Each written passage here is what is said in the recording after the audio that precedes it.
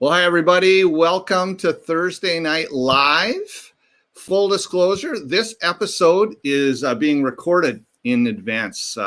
Tonight, I am excited to have with us Jake and Kim York. Here they come. 1, 2, boom. There they are. Welcome. Hello. It's very good to have you guys. Yeah, Thursday night's a bit of a challenge to try to record with you. And so thanks for being willing to do this in advance. And look at me looking like a cherry tomato. On my screen, I am like red. You guys, young, vibrant, look amazing.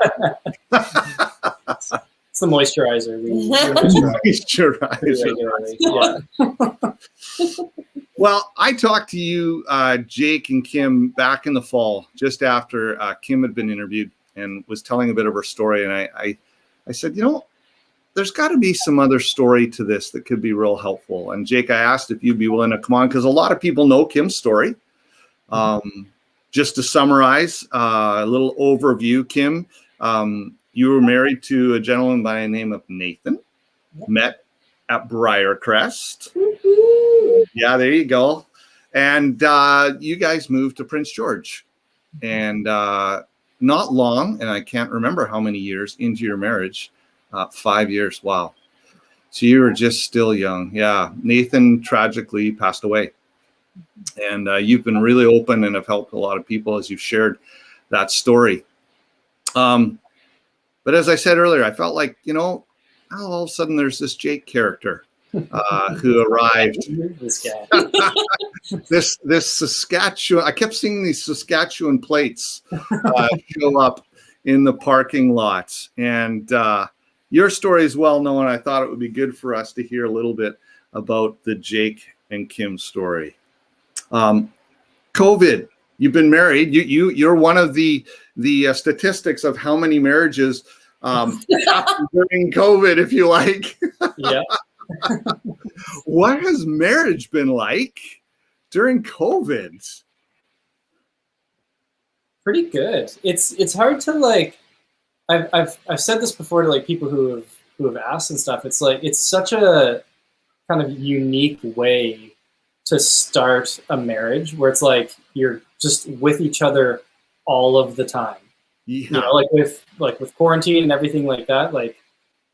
We joke about how if things go back to normal and we're in the having to work in offices and stuff all day every day and stuff, it's how are we going to survive? It's going to just feel so weird not being around each other all the time. So yeah, it's a really unique kind of way to start a marriage of just 24/7 being around each other. Yeah. It's a good tester because you're okay, we don't hate each other yet. Yeah. This is going to work. It's going to be good. Yeah. After a year of just, being around each other all the time, we do still like each other quite a lot. Awesome. So it's a good sign, I think. That is fantastic. That bodes really well for retirement. Yeah. There you go. Maybe a few years away, but it bodes well for that. Hey, COVID has brought us something that maybe would have happened if it wasn't for COVID, but maybe because of, just like you said, there's not as much to do. We have Mahoney music. Did I get that right? Yeah, Mahoney music.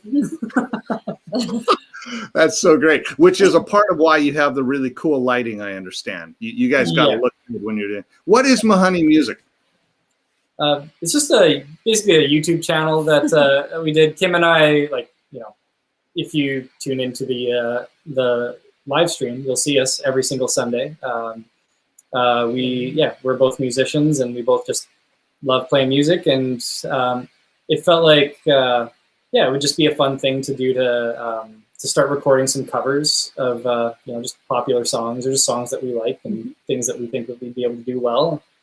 And so we just started recording some songs, just really simple, Just acoustic, one take kind of stuff, and putting them up on YouTube. And that's one take stuff.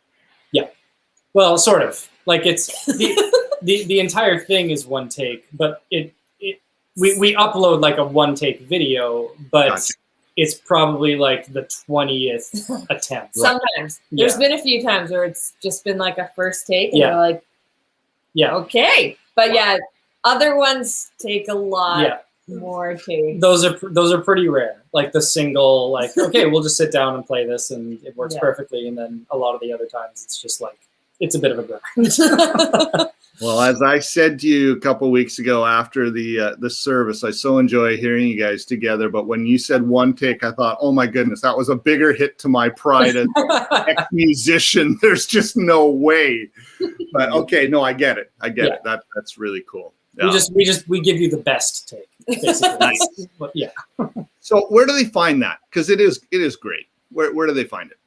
YouTube. Yeah. Yeah. You just go onto YouTube, you search Mahoney Mahoney. Music. It's MAHUNNY. Because Perfect. we're doing music with Mahoney. With Mahoney. She's Mahoney. Oh, Yeah. adorable. Very nice. So Very nice. cute. So nice.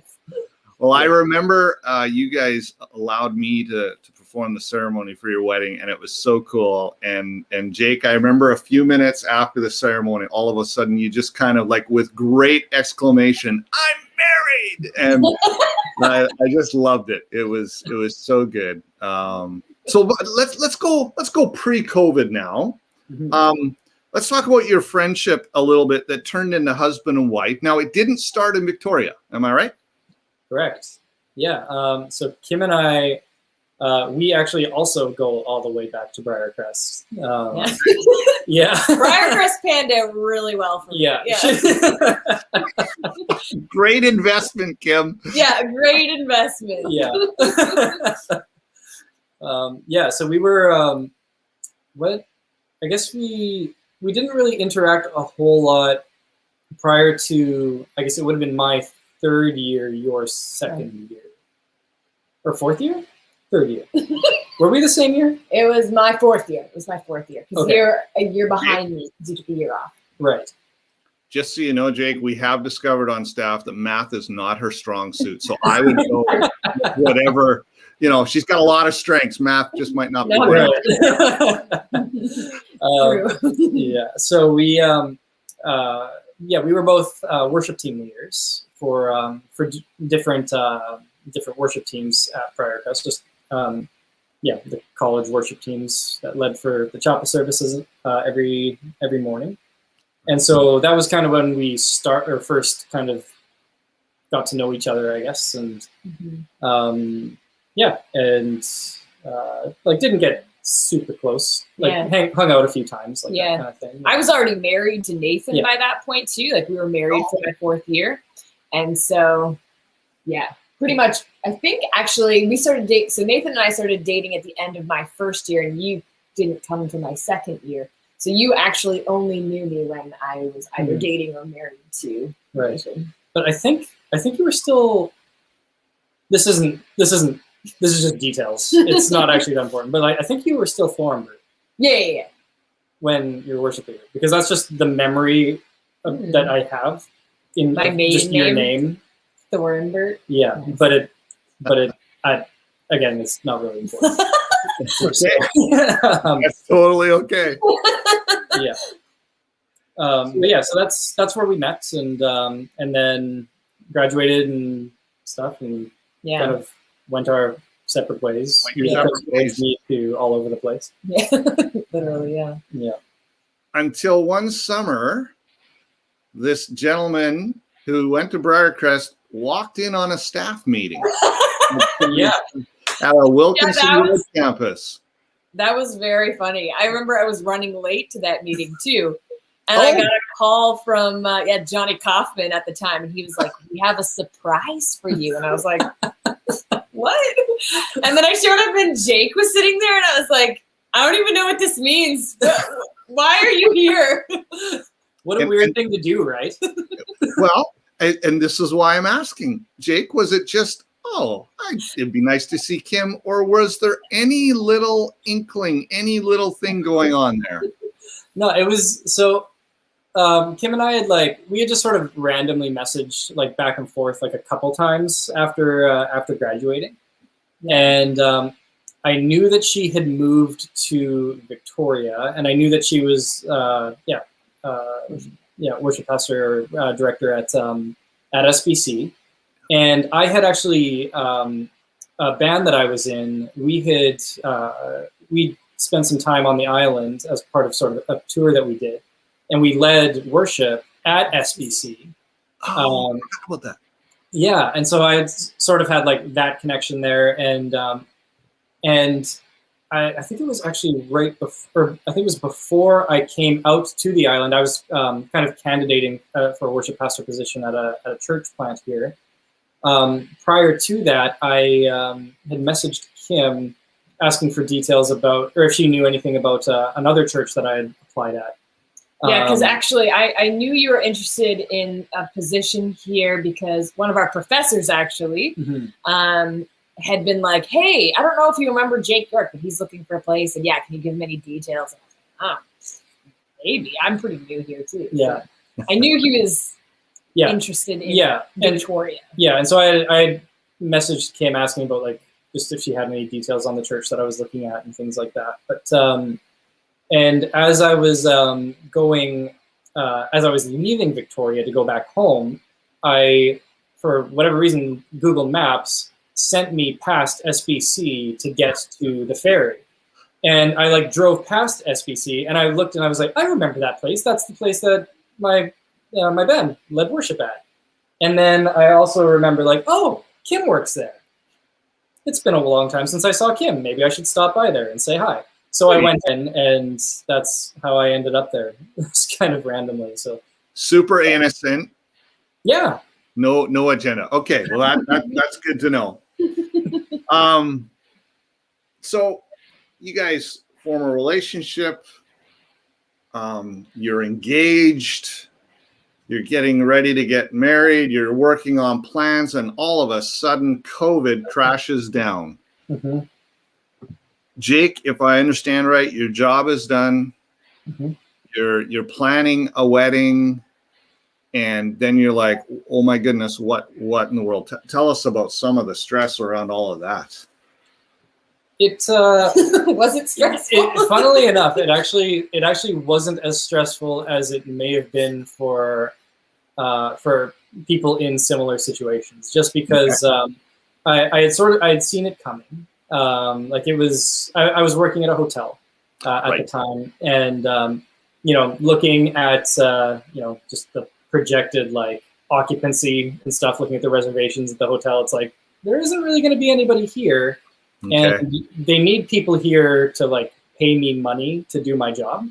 Yeah. So so it's the way that things were kind of looking. Like word around the hotel was that layoffs were going to be happening, and so it wasn't really a big surprise for me.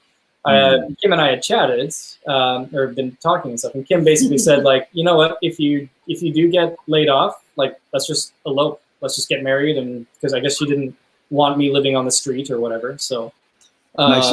Out of the kindness of my heart. Yeah, she was just very, very generous. And so kind of like we had that conversation, and then just sort of all of the next day I was like, I hope I get laid off today. It's the most excited I've ever been about like losing a job. Losing a job. Okay. And it was that day that it was a Wednesday that I got laid off, and then we got married on Monday. So yeah. Was it that quick? Yes, it was that quick. I did not realize it was that quick. So how do you process this with family? Because sometimes that can be a challenge. Yeah. We kind of had a Skype call with both of our families, and just kind of were like, this is what we're thinking, and everybody was kind of like, yeah, go for it. Like you might as well like do it. Yeah. Your grandma was actually like just so happy. Yeah, my grandma. So she happened to be at my parents' place when we Skyped home, and she was just kind of in the background, and she heard what we were going to do, and she just kind of stood up, and she was like, you two are so smart. This is such a good idea. Oh. So yeah, obviously there is that disappointment of not being able to celebrate with family and like the way that you want to, the way that you hope that you can. So there definitely was like kind of mourning the loss of that. Kind of, and yet there was still the hope that we could do it eventually. we've just now actually postponed. So we were hoping to have like kind of a celebration this July, and we just made the call to postpone until May of next year, just because again, numbers just aren't looking great. And all of our family is coming from kind of out of province for the most part. And we're like, yeah, I think this is the call, but it is. So it's like, we've kind of mourned it, but also like, you're kind of still like, well, maybe one day we will. So it's kind of like a weird balance there. What a gift it sounds to me like you have in your families. Mm-hmm. Like, I don't think every family, I'm, you know, you got 2 out of 2 families that kind of went, you know what, guys, this is unique, and we just want to bless you to do what's best in this. That's pretty great. Mm-hmm. Yeah, no, that's definitely a thing that I'm very grateful for sure, because again, like it is just a really disappointing thing to not be able to, you know, to celebrate this huge, like, life-changing moment together with your family and stuff. Just to have their support, is something I'm definitely very grateful for. Yeah. Wow. Well, I would, if I were, can I counsel you guys? I'm going to anyways. Sure. Wow. I would just lean into whatever they are about in that, you know, and continue to learn from that is so good. Wow. The ability to consider the other people's perspective rather than your own, and to be able to overcome the disappointment. Anyways, that's really great. That's really, really cool. So, you know, relationships, you know, are tricky at the best of times. You've already talked about COVID and just boom, you're together now, and you're really together now and all.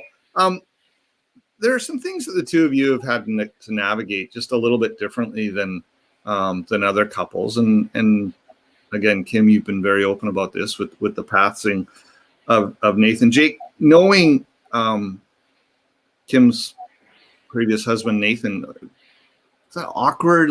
How did you? No. Well, like, oh man, I'm trying to remember.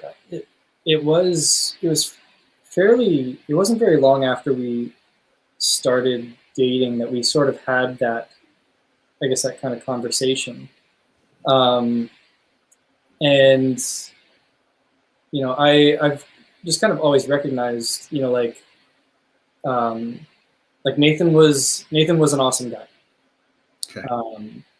And Kim loved him very much, enough to marry him. And that's just a part of her. That's a part of her life. It's a part of her story. It's a part of what has brought her to this point. And you know, like it isn't a point of awkwardness or anything like that. It's like it's something that I feel like I want to honor and respect. You know, like there are those there are those like anniversaries, I guess, you know. I remember a time last year where I came over to hang out, and or I guess no, it wasn't last year, it was the year before. Sorry, time goes by. Apparently something happened last year. No, but yeah, it was a couple of years ago, and Kim was just very, very sad. You know, she seemed very down and stuff, and so we were just kind of walking. And then I remembered, like, oh, this is the anniversary of the day that Nathan died. Oh wow. And you know, so just understanding that and just, you know, walking with her through that, you know, it's just the reality of it, right? It isn't, and yeah, like there's little, you know, there's little things in the house. There's like just a little corner where there's just, you know, some of his things, you know, and it's like, that's just it's just like, I would never want her to forget Nathan and, you know, that relationship that they had, right? Wow. And from my perspective, it's been such a blessing that he did know Nathan, because there's this whole level that I just don't need to explain to someone who had no idea. Like I don't have to like feel like he has no idea like who Nathan was, or like, and even just him knowing, that he knew me when I was married. So there's just so much less that I feel like, oh, I have to explain this part of my life to you. You already know it. And yeah, he's been, really great at giving me space to grieve well and do whatever I need to do, and wasn't taking it personally or anything like that. So he's a champ. Yeah. Because that's a challenging aspect of a relationship, because not everybody would feel comfortable allowing the person to be able to process and just talk about stuff, and to still celebrate a really good memory by the sounds of it. Jake, it's kind of I'm going to dig into this a little bit. Okay. Where do you find your security on this stuff? Like, yeah. That is a good question. How do I answer that question? I feel like, okay, how do I word this? I've never really had much of a problem with just, like, I guess, accepting reality. That seems like, an obvious statement, right? No, but it's not obvious. But just looking at a situation and just saying, like, this is the way the situation is, and I'm going to like live and operate within this situation, if that makes sense. And so like knowing that Kim had been previously married and just had this, it's a thing that I'm reminded of every once in a while, of just the fact that like there's this sort of cataclysmic like split, I guess, in like your story of like just everything that you're planning your life to be, and then this huge life-altering tragic event happens, and then it everything that happens after that, and just knowing that I get to be part of that second part of that story, and hopefully a good part of that story, and just I don't know. It's hard to kind of answer. I feel like it's kind of tricky to answer that question in terms of just where does my security, confidence, and security sort of. So you said you've just always sort of been a guy who accepts reality. When I hear that, and knowing you have a faith in God, it seems to me there must be some issues around faith that helps build that into something so significant. Is that fair to say? Yeah, absolutely. Yeah.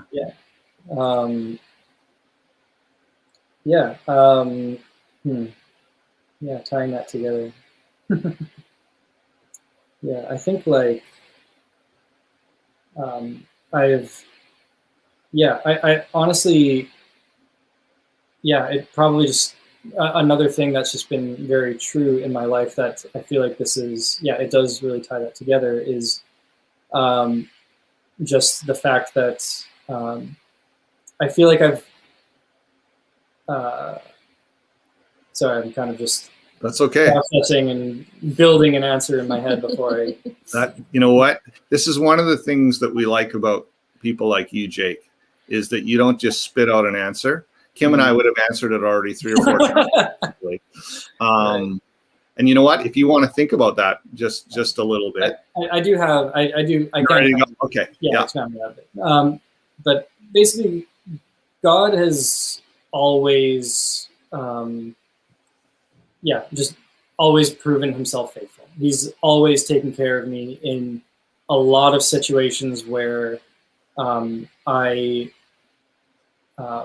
really just had I didn't have a lot going for me, I guess, if that makes sense. Basically every time I came to a spot in my life where I had no idea what was coming next, God very clearly directed me towards the next thing. And so I've always been able to kind of have that, I haven't always. I've learned to just sort of have that faith and have that trust of just being able to look at my situation, and regardless of whatever it was, know that God was going to be faithful and sort of guide me through it. Wow, that's great. I'm going to do a follow-up. I'm not going to ask if I can. I'm just going to do it.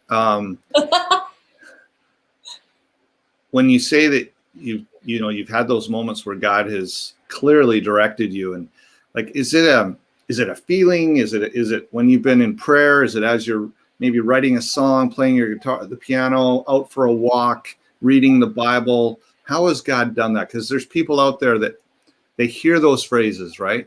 Mm-hmm. And they go, I've never got an actual audible voice from God. Well, neither have I that I can remember. But I've had some pretty strong impressions in different ways. I'm kind of curious about your story there.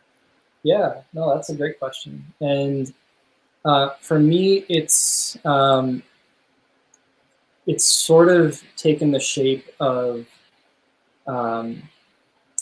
there have been times when it's been different things, I guess, for me. Like sometimes it is just sort of that feeling, or like kind of an intuition, I guess you could say. So for example, there was a time when, so I had been living in Alberta, and I had left a job there, and I was going to be, I wasn't really sure what I was going to be doing next. My family called me up and said, kind of invited me to come back and do some work for our family business. And as I was thinking about that and praying through that option, I got a very clear sense as I was praying that, like, okay, you're going to go and you're going to do this. And by the time fall comes around, the next thing is going to be happening. Really? And so I started, like, I had no idea what that was. But when I came back and I talked to my parents about it, and I just said, okay, like, I'm going to come back and I'll be there till fall. And so I did that, and then I met with Mike Blackaby, who's the pastor of the church that I'm working at here in the city. We just randomly connected at a conference that I was leading worship at. He was one of the speakers at, and he invited me to come out and lead worship just at his church just for one Sunday in Victoria, just to come and check the place out and see if I liked the feeling of it. That's the trip when I stopped by SBC and just randomly there was this stranger in your church, and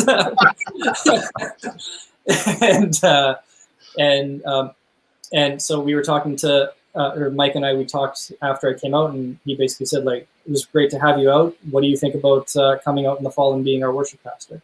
Wow. And so there have been times when, like, yeah, it's been things like that.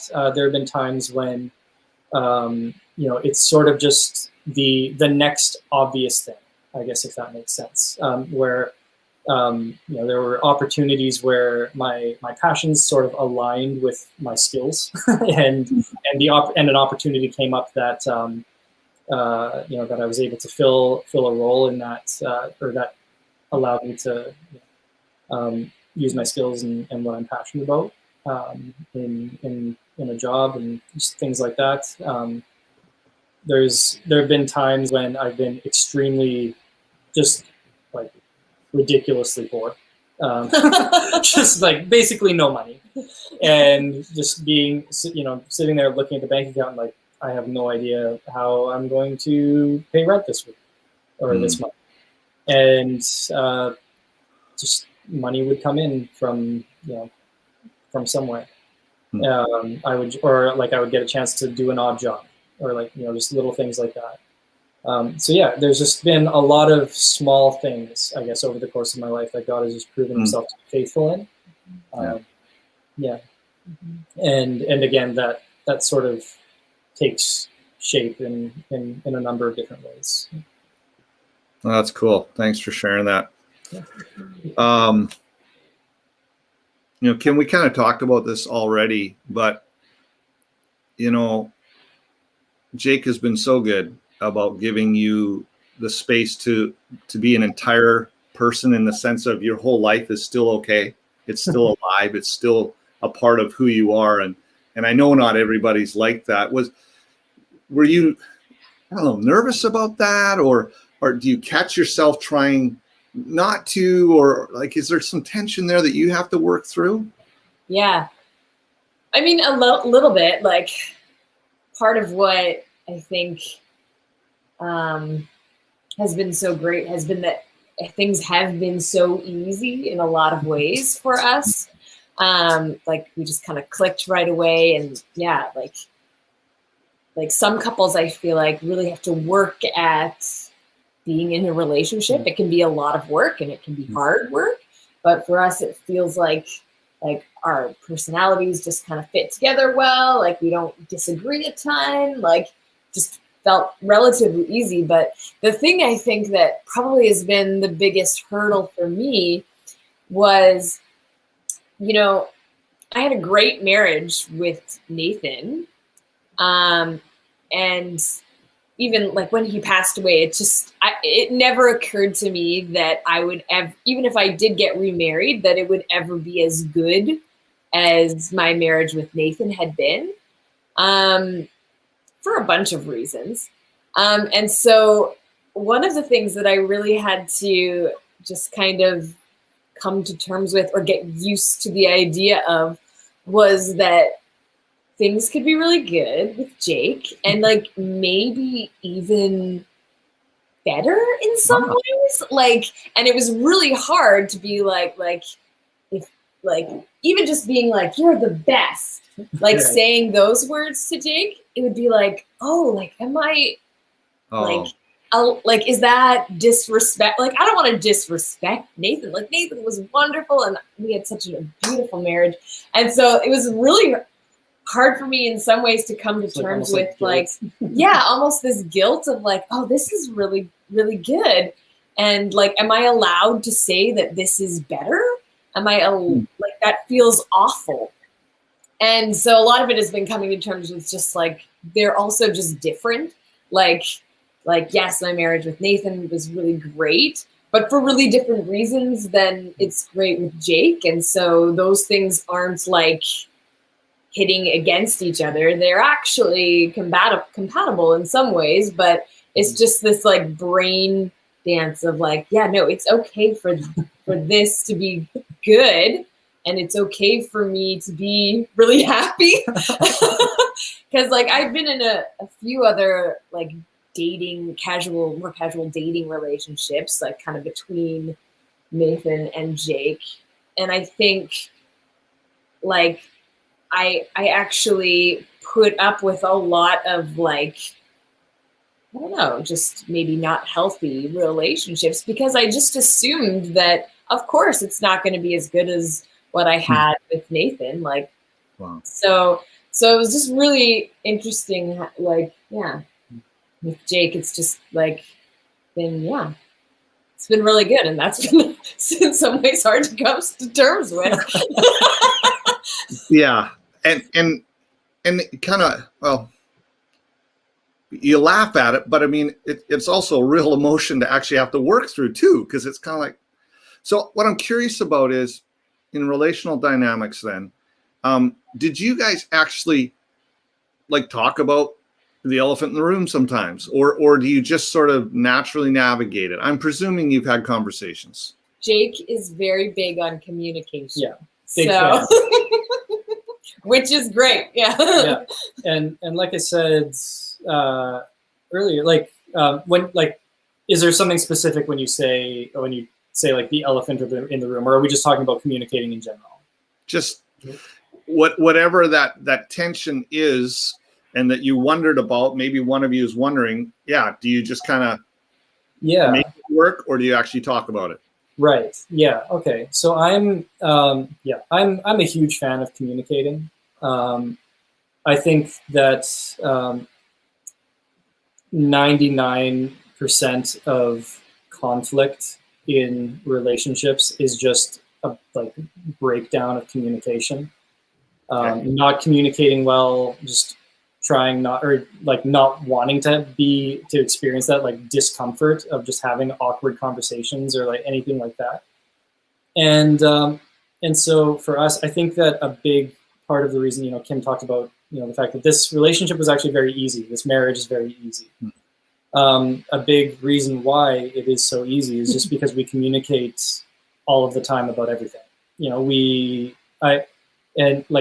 I come home and, you know, you know, Kim comes home, or, you know, one of us is just kind of in a bad mood, or like I can tell, you know, like you're married, you spend all of your time together, you can tell when something is off about the other person, right? And so like just asking the question, like, how are you doing? You know, what are you okay? Do you know, and also just saying like, you know, or recognizing too, like, communicating when, like, if I say something that I think might have, you know, hurt Kim's feelings, without like putting it necessarily on Kim, just to be like, did I hurt your feelings or something like that? Like I recognize, I think about how what I say, if that could have been interpreted in a way that, like, you know, was just too abrupt, or, you know, like that kind of thing. Just say like, I'm sorry for communicating or saying things the way that I said them, you know, like that kind of thing. And just communicate, be really open about, you know, emotions and problems and all that kind of stuff. It's just really, really important. And it helps keep things as, again, just good and healthy and easy as it has been for us. I think it's just, we communicate to the point where we're kind of in front of any problems that could actually like develop, I guess, if that makes sense, by just ignoring things. Okay, so let me ask this. Toilet paper over the top or underneath? Off the roll? Doesn't matter too much because we don't have a cat. It does matter. It does.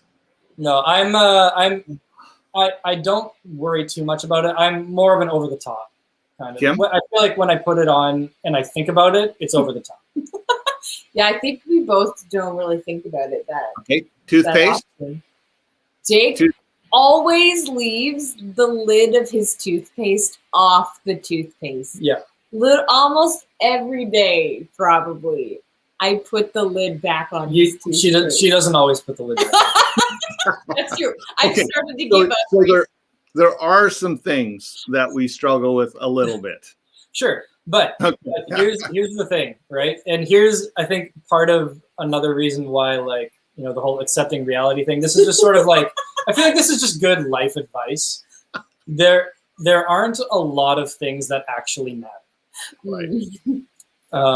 And so, like, you know, the toothpaste, like, it doesn't actually matter. Okay. You know, like the toilet paper roll, it doesn't actually matter. You know, it's like, oh, you know, this person's stores.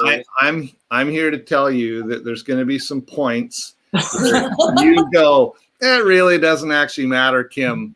And Kim's going to go, no, Jake, it actually really does. Yeah. Well, we'll be ready to talk about it when that comes out. Beautiful. No, you know what? You demonstrated something just earlier, Jake. You know, I'm asking you questions, and right away you were clarifying with me. What exactly were you asking? And I'm telling you, that is a phenomenal relational principle, to make sure that you know what the person's asking. And now sometimes that can get annoying, right? Because I can always tell when he's about to come into a conversation where he's like, it's time to communicate, because his eyes go up and he's like, okay, so what are we doing? Like, what is it? It'll be some sort of communication. So what are we actually talking about here? And he gets like just a serious eyebrows up face, and I'm like, oh, communication time. Yeah, okay. No, that's really cool. You guys, we are really close to where we should probably be winding this down. We could go on and on. My goodness, this has been great. Anything that you just kind of thought some folks could need to know? Something maybe through COVID, maybe something you've discovered through COVID that you're really hoping that you're going to carry on post-COVID. And this doesn't have to necessarily be a relational thing between the two of you. It could just be some personal things, maybe something you've discovered that has been significant. I'd love to hear that. Might be helpful for others. Working from home is great. Okay. Big fan of that. And I think just perspective is a really big thing for me. Knowing that this is a season. This isn't just life now. This is maybe it's gone on longer than people had expected or hoped for. I remember I've seen people sharing a tweet that they sent out or something or like a post they made, and it's like, oh, I guess or COVID just hit. I'm working from home for the next 2 weeks. Thumbs up. It's like, oh wait, it's been a year and a half now. But still just remembering that this is a season and it's really hard. I'm fortunate that it's for me it's not been as hard just because I have the benefits of a wonderful new marriage that has been great and so but I totally recognize that it's really, really hard for some people. But just remembering that this is temporary, this is just a season, and just kind of managing the disappointment of again just recognizing that there was sort of a year of loss, I guess, if that makes sense. Yeah, that's good. Thank you, Kim. Yeah, for me, I feel like you probably heard me say this, actually, probably at staff before, but I feel like the thing that COVID has just reminded me again and again, and something that I've been reminded with maybe throughout my life now for a while is just, that fact that we're not in control.